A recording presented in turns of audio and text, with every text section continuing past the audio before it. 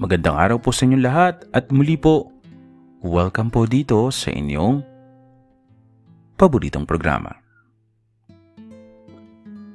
Dear Kuya E, magandang araw o gabi man po sa lahat po ng mga sumusubaybay. Tawagin niyo na lamang po akong sa pangalang Neb. Kuya E, nung una naisip ko pong nakakahiyang sumulat sa inyo, pero sabi niyo nga, kahit anong kwento ay tatanggapin naman ninyo sa inyong channel. Kuya E, tulad ng nakagawian nila. Same din po ako. Bata pa lamang ako ay alam ko na po kung ano yung gusto ko. Gusto ko, hotdog. Kuya E, tulad din nila, isa akong paminta. In short, tagupo ko sa aking mga kaibigan at pamilya. Pero may mga nakakaalam na rin naman po sa aking kaibigan.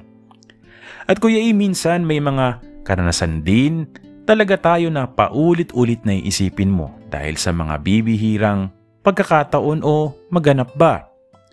Kuya E, isang araw ng linggo ay nagtungo ako sa malapit na palengke.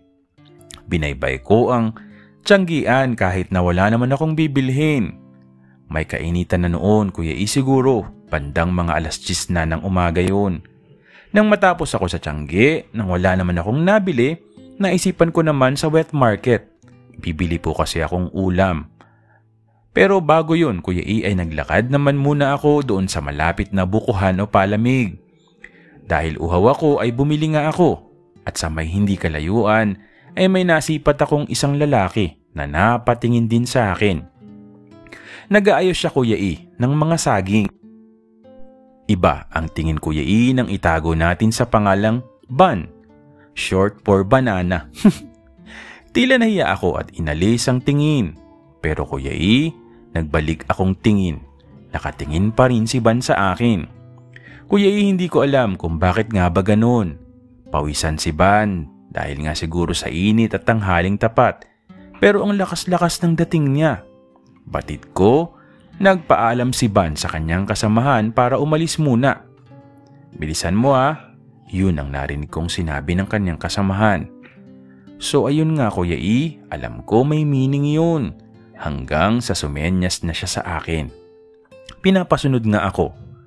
Kuya E, kinakabahan man ako ay naroong sumunod ako kung saan lumusot si Ban. At yun ay walang iba sa likod ng kanilang tindahan. Isang maliit na kwarto na puno ng saging. Ang bango ng saging, Kuya E. Hindi ko alam kung anong mangyayari pero bigla kong sinunggaban ng halik nitong si Ban. Kuya E, mabango ang hininga ni Ban. Mainit ang paghalik hanggang sa pinagtulakan na ako doon sa may saging. Sa paps pala. Kuya E, medyo pawisan si Ban kaya expect ko ay may amoy pero hindi naman. Mabango ang banana ni Ban. Nakatingin ako kay Ban habang nakikita din niya ang ginagawa ko hanggang sa pinatayo naman niya ako. At siya naman ang lumantak sa aking banana.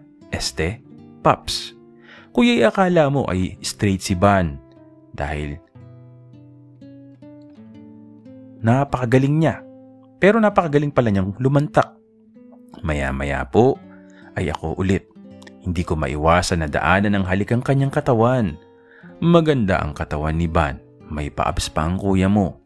Hanggang sa bumalik sa halik at salitang lantak.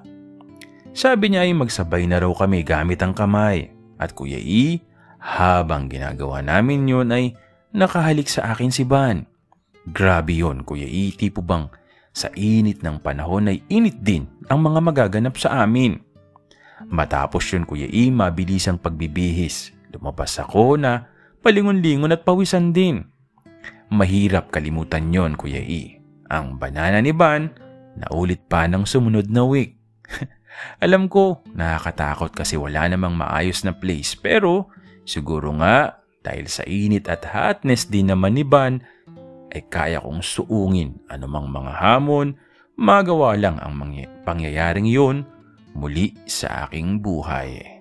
Muli, maraming salamat po sa patuloy na sumusubaybay, sumusuporta dito po sa inyong paboritong programa. Maraming salamat po sa inyong lahat.